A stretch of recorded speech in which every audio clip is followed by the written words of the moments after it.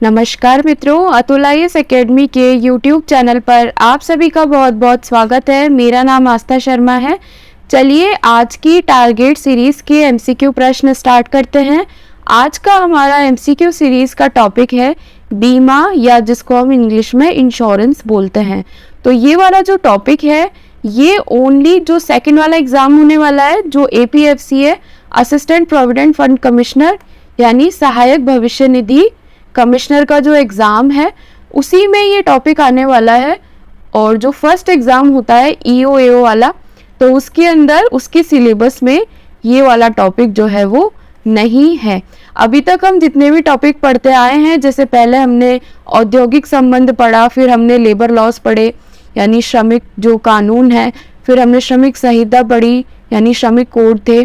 तो ये जो है वो दोनों में कॉमन थे, ठीक है।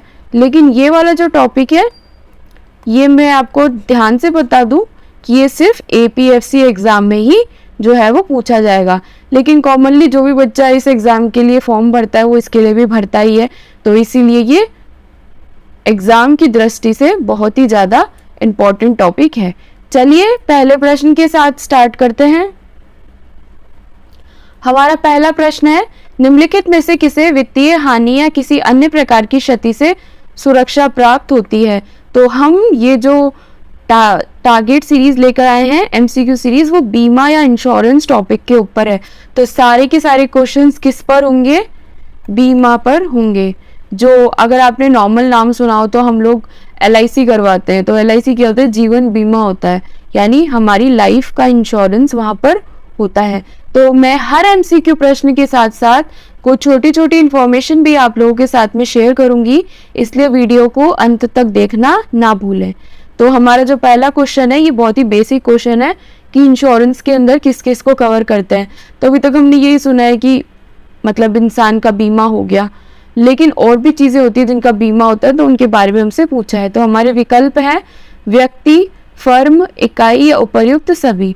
तो इंश्योरेंस जो होता है तो वो वित्तीय हानि किस किस की सुरक्षा करता है? वित्तीय हानि से व्यक्ति की भी करता है, किसी फर्म की भी कर सकता है। नहीं, अगर मेरी कोई कंपनी है मैं उसका इंश्योरेंस करवा देती हूँ, तो अगर वो फेल होती है तो मुझे उसके लिए वापस पैसा मिलेगा।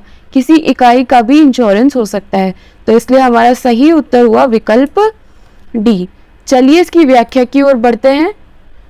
तो ऐसे जो छोटे छोटे टॉपिक्स होते हैं वो हमें आने चाहिए। कई बार हमको नहीं पता होता कि बीमा किस किस का होता है, तो किसी फर्म या इकाई का भी किसी मनुष्य इंसान की तरह बीमा हो सकता है।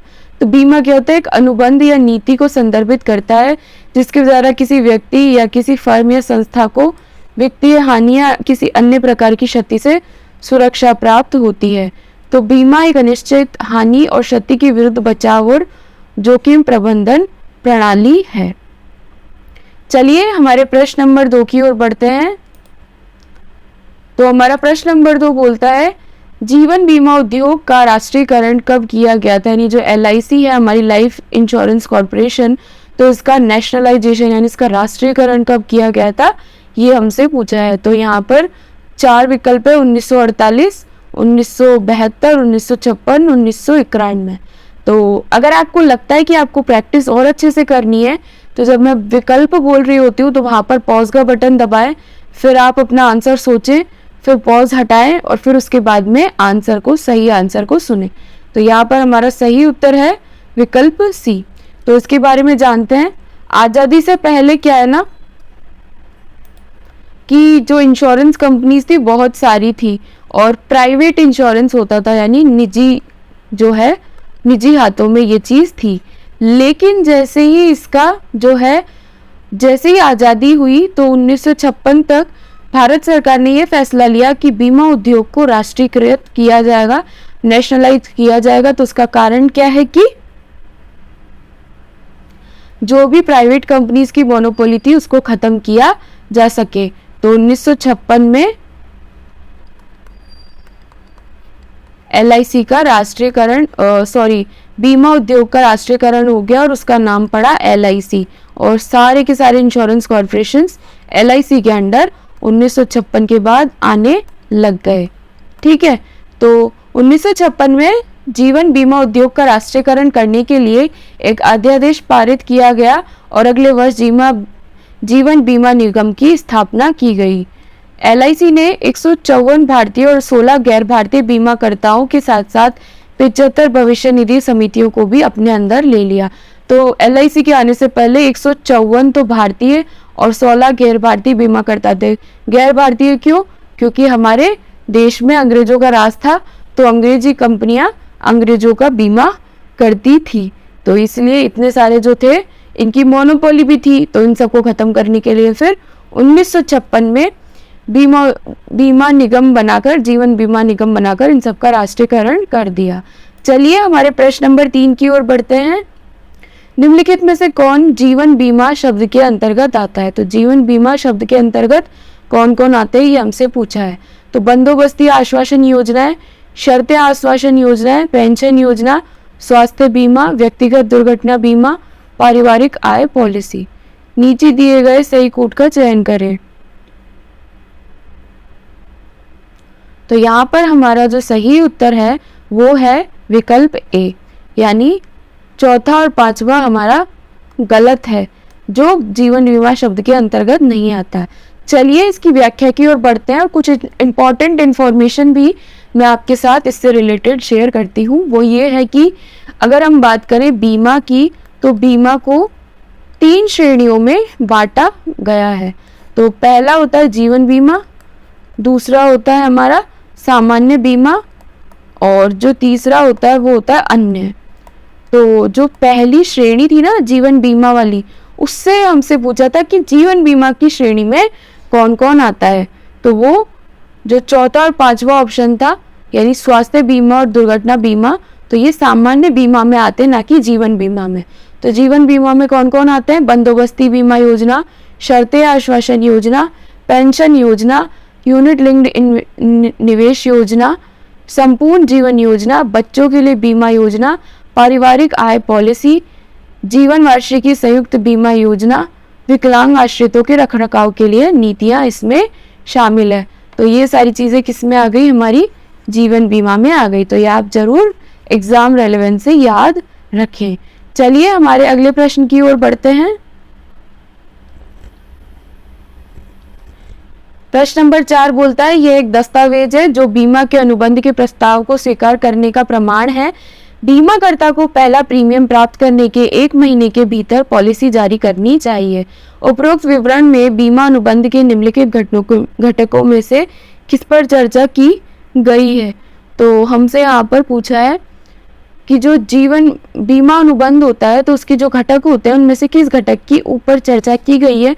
तो यहाँ हमारा सही उत्तर है विकल्प बी, पॉलिसी। चलिए इसकी व्याख्या की ओर बढ़ते हैं और जानते हैं इसके बारे में।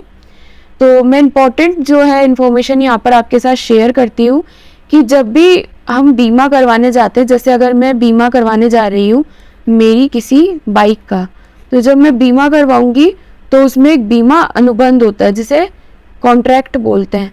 तो जो बीमा अनुबंध होता है उसके कुछ घटक होते हैं। तो जो हमने पहले विकल्प में पढ़े थे वो 4 इसके घटक हैं। पहला तो हमने पढ़ा ही था पॉलिसी, उसके अलावा कवर, और एक तीसरा कौन सा होता है?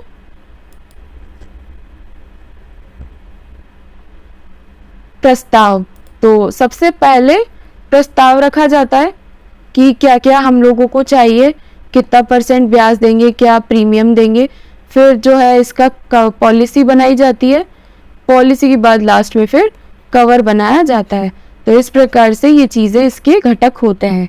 तो जो पॉलिसी होता है वो एक ऐसा दस्तावेज होता है जो इस बात का प्रमाण होता है कि बीमा के अनुबंध ने प्रस्ताव को स्वीकार कर लिया और बीमाकर्ता को पहला प्रीमियम प्राप्त होने के 1 महीने के भीतर पॉलिसी जारी करनी होती है। यानी अगर प्रीमियम प्राप्त हो गया तो आपको पॉलिसी अब जारी करनी ही पड़ेगी, जो बीमाकर्ता होते हैं उनको। चलिए प्रश्न नंबर 5 की ओर बढ़ते हैं।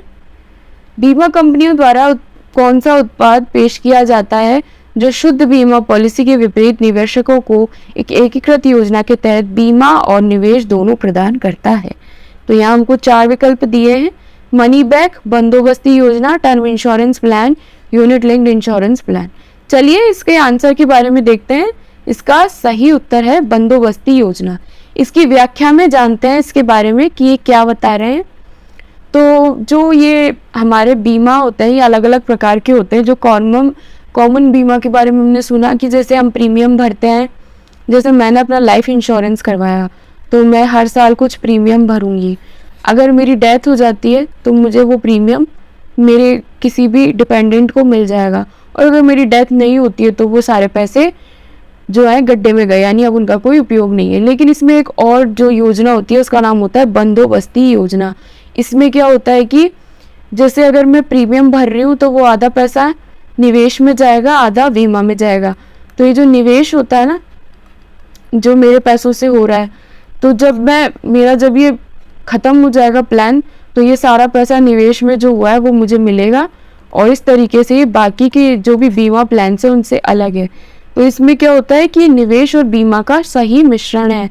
ये जीवन कवरेज प्रदान करता है और प्रमुख जीवन लक्ष्यों के लिए कोष बनाने में मदद करता है।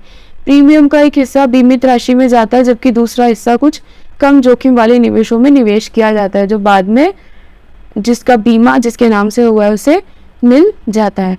चलिए प्रश्न नंबर 6 की ओर बढ़ते हैं। किस पॉलिसी में यदि पॉलिसी धारक अपनी अवधि के अंत तक जीवित रहता है तो जोखिम कवर समाप्त हो जाता है और उसे कोई बीमा लाभ नहीं भुगतान किया जाता।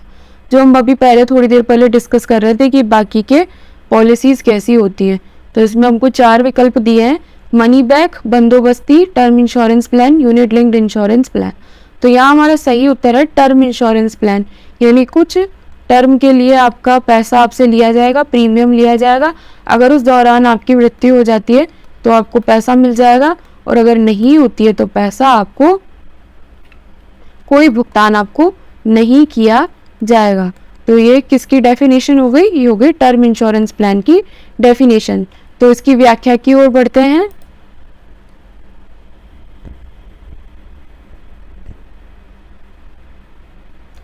टर्म इंश्योरेंस प्लान में जो पॉलिसी धारक है, तो इसके टर्म इंश्योरेंस जीवन बीमा का सबसे बुनियादी प्रकार है जो एक पूर्व निर्धारित अवधि के लिए जीवन कवर प्रदान करता है, जिसे पॉलिसी की अवधि कहा जाता है। यदि पॉलिसी अवधि के दौरान बीमित व्यक्ति की मृत्यु हो जाती है तो नामांकित व्यक्ति को बीमा राशि प्राप्त होती है, और यदि बीमित व्यक्ति पॉलिसी अवधि तक जीवित रहता है तो कोई परिपक्वता मूल्य नहीं मिलता है। चलिए प्रश्न नंबर 7 की ओर बढ़ते हैं। तो ये सबसे कॉमन वाला होता है, नहीं सब लोग मोस्टली यही वाला इंश्योरेंस प्लान लेते हैं क्योंकि इसमें बहुत कम प्रीमियम देना होता है, और अगर आपकी डेथ हो जाती है तो आपको वो पैसा मिल जाता है, नहीं तो पैसा किसी को भी नहीं मिलता है। तो मोस्टली लोग यही वाला करवाते हैं क्योंकि कम पैसा देना पड़ता है। चलिए प्रश्न नंबर 7 की ओर बढ़ते हैं। तो अगर हम बीमा की बात कर रहे हैं तो कोई इसको रेगुलेट करने वाला भी होगा, विनियमन करने वाला भी होगा। तो विनियमन करने वाला कौन है?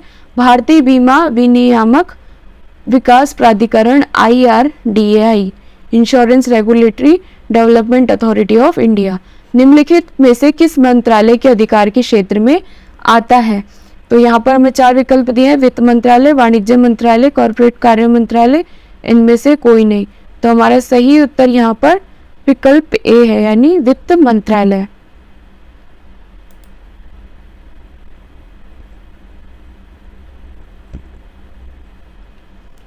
भारतीय बीमा विनियामक और विकास प्राधिकरण एक स्वतंत्र वैधानिक निकाय है जिसे IRDA अधिनियम 1999 के तहत स्थापित किया गया था। ये वित्त मंत्रालय के अधीन है, ये जरूर आप याद रखें।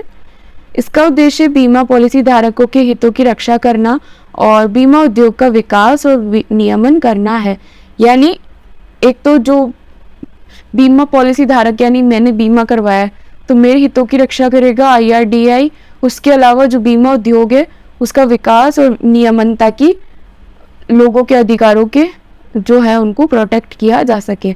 तो इन नियमों और विनियमों के परिवर्तन के संबंध में बीमा कंपनियों को नियमित रूप से परामर्श जारी करता है। चलिए हमारे प्रश्न नंबर 8 की ओर बढ़ते हैं। प्रश्न नंबर 8 है LIC आम आदमी बीमा योजना के तहत कितना प्रीमियम भुगतान किया जाता है? तो यहाँ हमको 4 ऐसा प्रश्न 2017 वाला जो पेपर हुआ था उसमें पूछा गया था कितना प्रीमियम भरा जाता है, इसलिए बहुत ही ज़्यादा इंपॉर्टेंट है कि किसी योजना में कितना प्रीमियम भुगतान होता है। तो यहाँ विकल्प है 500, 400, 200, 1000। तो हमारा सही उत्तर है यहाँ पर विकल्प सी, यानी 200 रुपये प्रीमियम इस योजना के तहत लगता है। तो LIC आम आदमी बीमा योजना के तहत पॉलिसी प्रीमियम 200 रुपये प्रतिवर्ष, 100 रुपये संघ सरकार द्वारा और शेष 100 रुपये राज्य सरकार या NGO द्वारा दिए जाते हैं। तो इस प्रकार से कोई आम आदमी है तो उसकी बीमा योजना में वो इनरोल कर सकता है और पैसा जो है वो सरकार यानी सेंट्रल गवर्नमेंट और स्टेट गवर्नमेंट या कोई NGO देगी। तो इसी प्रकार से मित्रों आज के हमारे टारगेट सीरीज के इंश्योरेंस यानी बीमा के MCQ प्रश्न यहीं पर ही समाप्त होते हैं। अगर आपको वीडियो पसंद आती है तो प्लीज़ आप वीडियो को लाइक करें, अपने हिंदी माध्यम के विद्यार्थियों के साथ शेयर करें और हमारे चैनल को सब्सक्राइब करना ना भूलें। अतुल IAS अकेडमी के साथ जुड़ने के लिए आप सभी का बहुत बहुत धन्यवाद।